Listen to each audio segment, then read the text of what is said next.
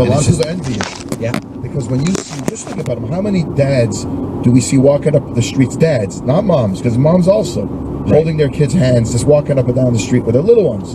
How many times do you see people using a sidewalk just to walk with their kids?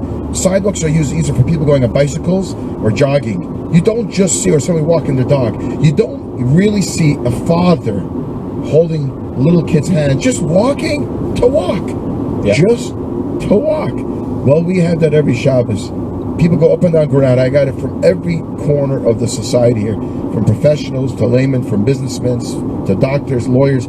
They say to me the same thing, Rabbi, we watch this. And these are from non-Jewish people, not necessarily Jewish. They see up and down Granada Boulevard on the Sabbath how people, families, thank God we have a lot of people coming and going. Yeah. And what do you see? Little kids holding their daddy's hands, their mommy's hands, and dressed up so pretty, coming and going. This is a gift. There's no question about it. The family bonding is the greatest gift and treasure God gave us, and that's the Sabbath. When you observe it correctly, all this is yours. And by the way, it's everybody's out there. You don't have to think you have to climb over a big mountain to get this great gift.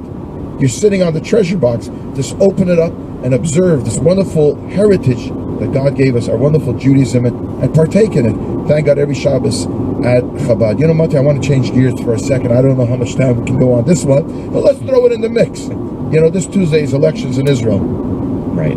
And, you know, it's Bibi Netanyahu versus Herzog. He's the other big... Well, he's... when I say he's the other big, it's so... The parties are so... No, it's so... there's so many little parties over there. Really... Right. So the way it works in Israel, how does it work? There's two things there. Obviously, the one who has... you vote for a party and a prime minister. Well, you vote. Well, they have a party leader, I think, right? And every party has their leader. So yeah, if you're voting for that individual, right? If you want that individual, you'll vote for his party, his block.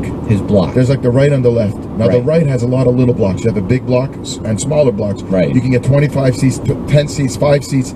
You need a total of over 60 seats to run the government. So you need a lot of little parties to join in. So there's like there's the right block, the center block, and the left block. Right. Now Bibi Netanyahu, he himself, his party could have, let's say, a small number of seats, which I hope doesn't happen. I hope he gets a big block. But he gathers a lot of... But all his little blocks make up enough to be from the right side, and then it's basically who could run. The president of Israel has to choose which leader really could combine a good coalition of little parties, which I really believe, by the way, I don't know if this is relevant or not. I wish the Israeli system went like the American system. Just make life easier. Yeah. You have the right, the left, like in America, you have Republicans, Democrats. Just simplify it, and basically all have to join into either the right side or the left side. But it doesn't look too great that he's going to win this week, by the way. Really?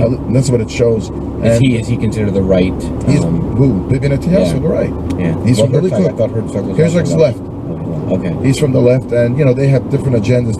It's very scary. They want to give back half of Israel. These people, peace. Terrible. They still believe in this. Peaceful. In 2 miles, use the left 2 lanes to take the South Carolina 9 North exit toward Loris Dillon. It will never work. They have an objective, and that's to take Israel piece by piece, and that's it. That's all that matters. But see, what's interesting is, as a religious Jew, I will say it will never work. But even if a person does not believe in Torah, and it's pretty evident. I mean, that's history my point. repeats itself, and if you're an idiot to think that things are going to be different, that's exactly my point. Even if you did not believe in what the Bible says, but that you're not allowed to give land, because land of Israel is holy like a Torah. Are you allowed to take a page out of the Torah and give it to somebody else? Oh, we don't want this page of the Bible today. Cut it. You can't. It's holy. It's God-given. The land of Israel is a God-given right. Nobody has a right to stand up and give anything of it away. You don't have permission. It's not yours to give. It's not yours. You know what you have to do? In essence, if you want to give away an inch of land, you have to ask every single Jewish person on planet Earth if they give permission, because it belongs to everybody. It doesn't belong to Bibi Netanyahu. It doesn't belong to people. Right. It belongs to the nation of Israel. So hypothetically, you got to get everybody to vote in on that 1 inch. But the Bible gave us that as a gift, and it's holy. And the more the Jewish people would proclaim that out loud, nobody would bother us. If we were exactly zealous and saying it clear as day, this land is a God-given right, and nobody has the right to give it away, the people wouldn't bother us, because you can't fight with a guy that doesn't speak to you on the same wavelength. It's a God-given right. Go fight with somebody who says it's a God-given right.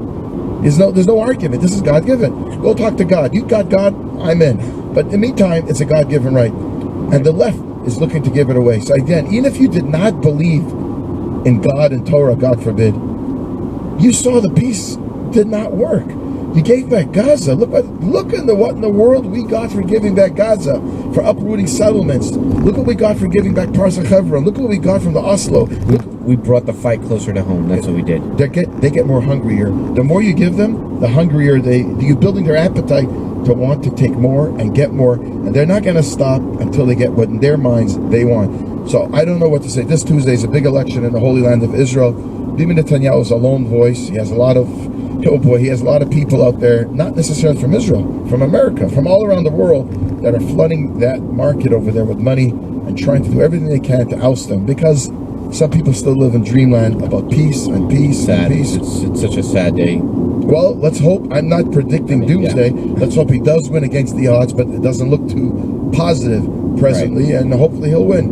And even if he does not win the most seats in his own party, he can still win by running the right, if the right overall, the right bloc has more seats and so on and so forth. Who knows? But let's hope. And again, whatever it is, God should help that Israel should be strong, be tall, and be proud of who they are as a country. Big time.